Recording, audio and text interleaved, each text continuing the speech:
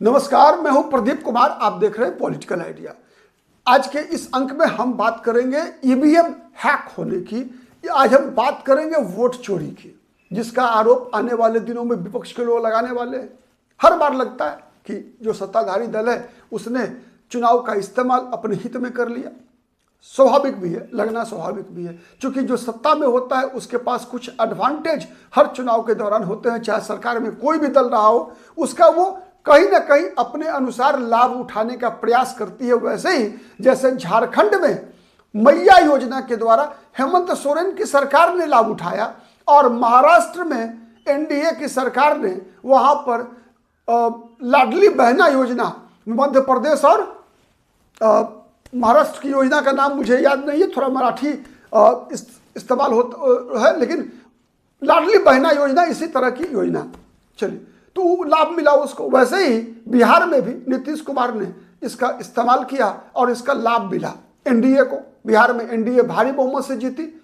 सबका आकलन फेल किया, मेरा भी आकलन फेल किया। मैंने अपने आकलन के फेल होने पे आज पुनः माफी मांगता हूं। मैं पहले भी बताया और आज मैं बताऊं, इस बार यहां तक कि बीजेपी और जदयू के लोगों ने भी उनको 202 सीट आने का दावा कभी नहीं किया था।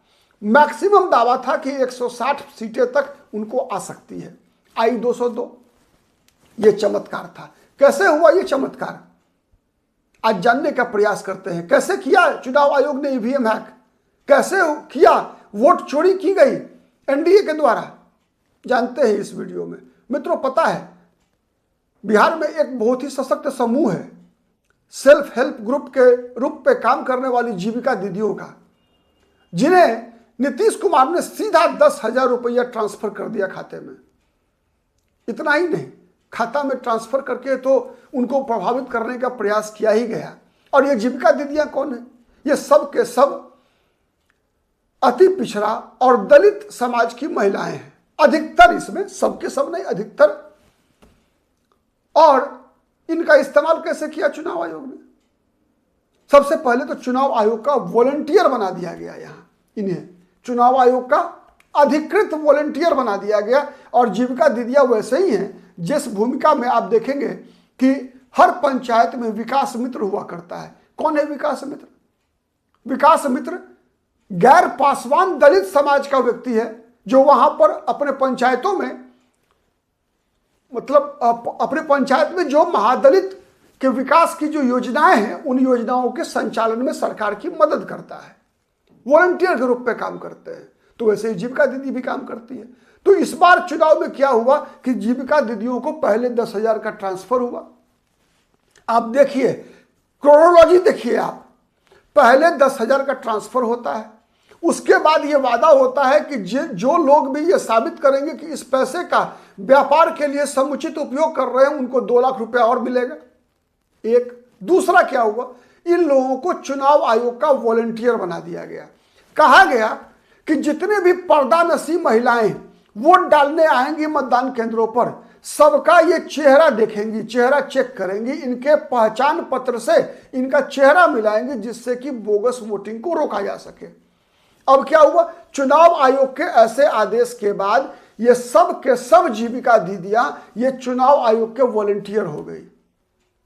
अब चुनाव में अपनी भूमिका निभाने का इनको एक प्रमाण पत्र, एक सर्टिफिकेट मिल गया और इन्हें 10,000 मिल चुका था।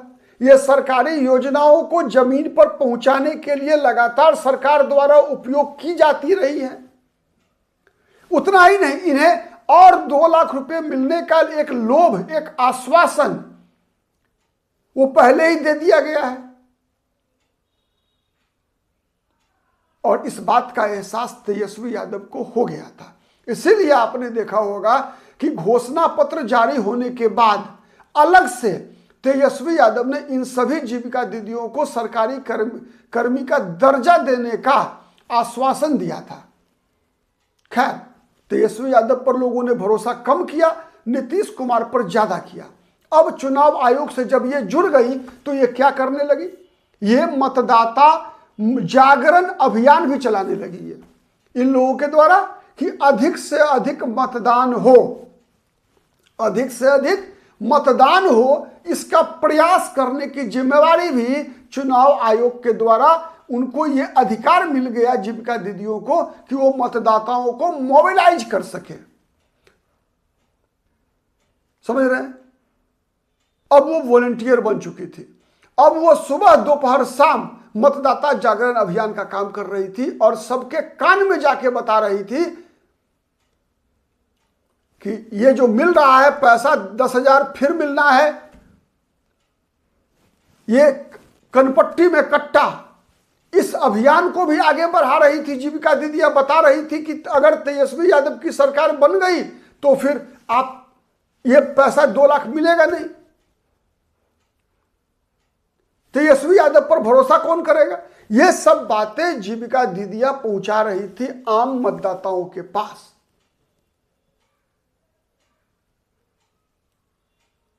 और मतदान के दिन भी लगातार, चूंकि जीविका दीदियां कौन थी? उसी पंचायत की रहने वाली थी।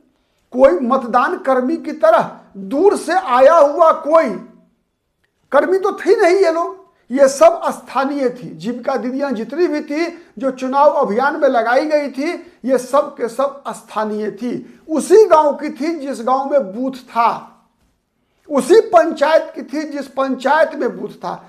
ये सबको व्यक्तिगत रूप से जानती थी, हर एक मतदाताओं को, और विशेषकर महिला मतदाताओं को तो ये सबको जानती थी आपस में। और अब कोई इनको रोकने वाला भी नहीं था, चूंकि चुनाव आयोग की वॉलंटियर थी ये।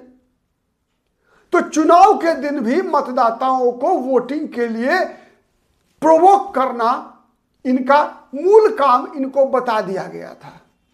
आपको याद होगा प्रधानमंत्री ने भी जीविका दीदियों को अलग से संबोधित किया था ना चुनाव के दौरान। एक सुनियोजित रणनीति के तहत एनडीए ने इस प्रकार से चुनाव का उपयोग किया जिसका इतिहास में दूसरा उदाहरण मिलना शायद इससे पहले असंभव हो। इस प्रकार की फुल प्रूफ प्लानिंग का इससे पहले कभी कोई इतिहास में दूसरा उदाहरण नहीं मिलेगा। जब किसी सत्ता में रहने वाले दल ने सरकारी एजेंसियों का और चुनाव आयोग का इतना बेहतर इस्तेमाल करने में सफल हुई हो, आज से पहले कभी ऐसा आपने कई बार सुना होगा। विभिन्न राजनेताओं, जब सत्ताधारी नेताओं की रैलियों में स्कूल से बच्चों को ले आना, सरकारी कर्मचारियों को लगा देना, ऐसा तो सुना होगा।